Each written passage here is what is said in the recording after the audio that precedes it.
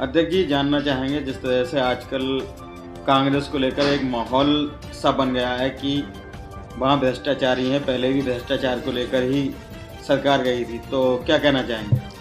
देखिए, आज जिस तरह से ये बीजेपी सरकार भ्रष्टाचार, अत्याचार, लोकतंत्र पर हमला कर रही है, गरीबों मजलूमों को पे अत्याचार कर रही है और जिस तरह से आज युवा बेरोज़गार होता जा रहा है, किसान परेशान होता जा रहा है, इन सब की आवाज़ उठाने वाला विपक्ष जिस तरह की बात कर रहा है तो उसकी आवाज़ दबाने का काम कर रहा है। राहुल गांधी पर एक आरोप लगा हेट स्पीच का, उसके बाद सजा हुई 2 साल की, संसद की सदस्यता चली गई जी। उन्होंने अपने ट्विटर हैंडल पर यह भी लिख दिया कि अयोग्य सांसद।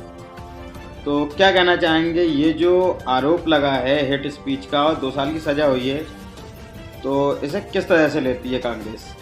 देखिए, इस तरह की स्पीचें पहले से भी चली आई हैं, लेकिन आज जिस तरह से ये लोग इस तरह की बात कर रहे हैं कि राहुल गांधी जी ने ये स्पीच दी है, ये सब गलत है। क्योंकि ये स्पीचें देखिए पहले से भी आप देख रहे हैं कि 2 साल की ही सज़ा क्यों की गई, 2 साल की ही सज़ा क्यों की गई। ये सज़ा 10 महीने की भी हो सकती थी, 4 महीने की भी हो सकती थी। उनका मकसद ये था कि विपक्ष में कोई ऐसा लीडर ना रहे, संसद में आने वाला ना रहे, जिससे कि वो हमारी कोई भी खास मतलब खूबियाँ जो हैं उनको उखेड़ के रखे। जैसे अडानी और मोदी के संबंध, बहुत सारे ऐसे जो देशद्रोही हैं जो देश को लूट के जा रहे हैं, वो तो देश के अपने बनाते जा रहे हैं, लेकिन विपक्ष को दबाने का काम कर रहे हैं। विपक्ष गरीबों की मजलूमों की आवाज़ उठा रहा है, देश को बचाने की बात कर रहा है, ये देश बेचने की बात कर रहे हैं। और राहुल गांधी जी हमेशा दूसरों के हित की बात करते हैं, देश हित की बात करते हैं, ये देश को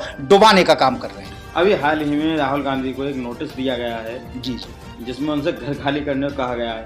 कांग्रेस ने एक कैंपेन चलाया है जो कि मेरा घर राहुल गांधी का घर, मेरा घर कांग्रेस का घर।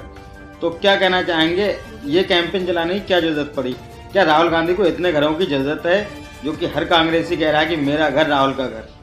हाँ, बिल्कुल सही बात सवाल है आपका। देखिए, राहुल गांधी जी जो हैं वो एक खुले आसमान में हर जन की आवाज़ को लेकर के, हर घर को अपना घर मानते हुए, हर कांग्रेसी अपना जो है मतलब राहुल गांधी को अपना मानता है। और जो जिस तरह से बात कर रहे हैं ये कि घर खाली कराने की, तो पूरा देश उनके परिवार ने जिस तरह से इस देश को सींचा है, अपने खून से बिल्कुल सींचा है, इनकी मतलब हर तरह से मतलब अपने आप को जो देश के हित में लगाया है। ये बीजेपी वाले या बीजेपी सरकार ये नहीं जानती है कि देश ने किस तरह से मतलब जो है लोगों ने योगदान दिया है, अपना त्याग किया है और आज आया है। तो राहुल गांधी का कहना या हम आम जनों को, कांग्रेसियों का कहना है कि देश का प्रत्येक घर राहुल गांधी का घर है और राहुल गांधी का घर देश के प्रत्येक नागरिक का घर है। जिस तरह से अभी हिंडनबर्ग रिपोर्ट आई थी अडानी मामले में जी, इसके अलावा विश्व के दूसरे नंबर के व्यक्ति थे बिजनेसमैनों में अडानी, उसके बाद आज 37वें नंबर पे हैं। तो आपको क्या लगता है, ये रिपोर्ट जो आई है हिंडनबर्ग वाली, उसमें जो लिखा गया है, जो कहा गया है, उसमें कितनी सच्चाई हो सकती है? ये सब मोदी सरकार की चाल है।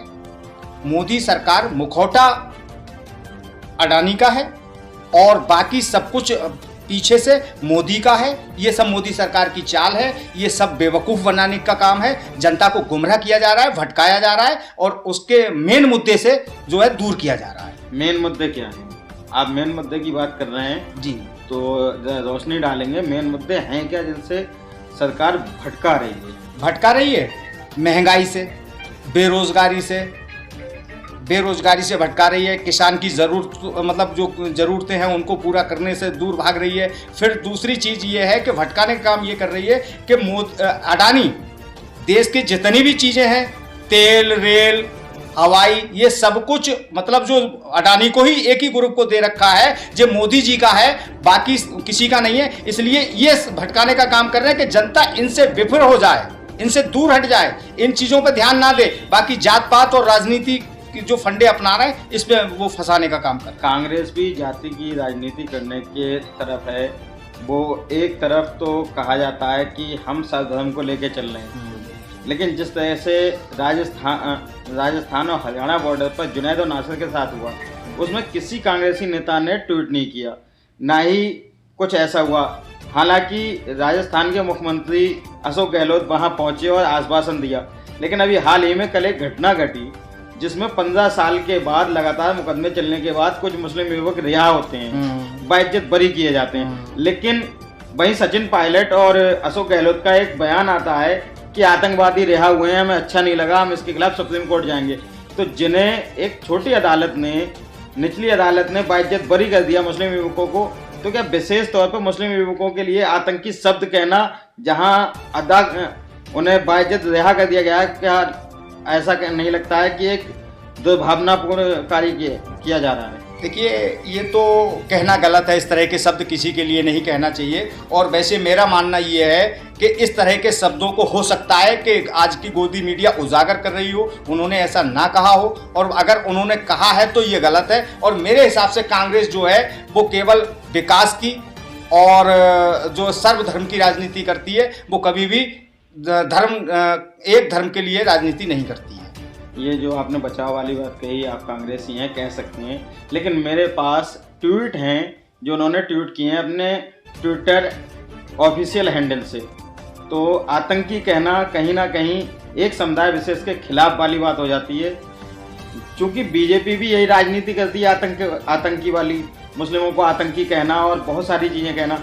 वहीं कांग्रेस उसके नक्शे कदम पर चलती नजर आ रही है। तो आप क्या कहना चाहेंगे? अच्छा, मुझे आप एक बात बताएं, चोर चोर होता है, चोर चोर होता है, उसकी कोई जाति नहीं होती है, कोई धर्म नहीं होता है, किसी धर्म विशेष से नहीं होता है। चोर होता है एक चोर। आतंकवादी एक आतंकवादी है, वो हिंदू भी आतंकवादी हो सकता है, वो मुस्लिम भी आतंकवादी हो सकता है, वो सिख भी आतंकवादी हो सकता है, वो ईसाई भी आतंकवादी हो सकता है। आतंकवादी एक अलग चीज है, आतंकवादी। लेकिन जाति विशेष की टिप्पणी करना ये अलग चीज है।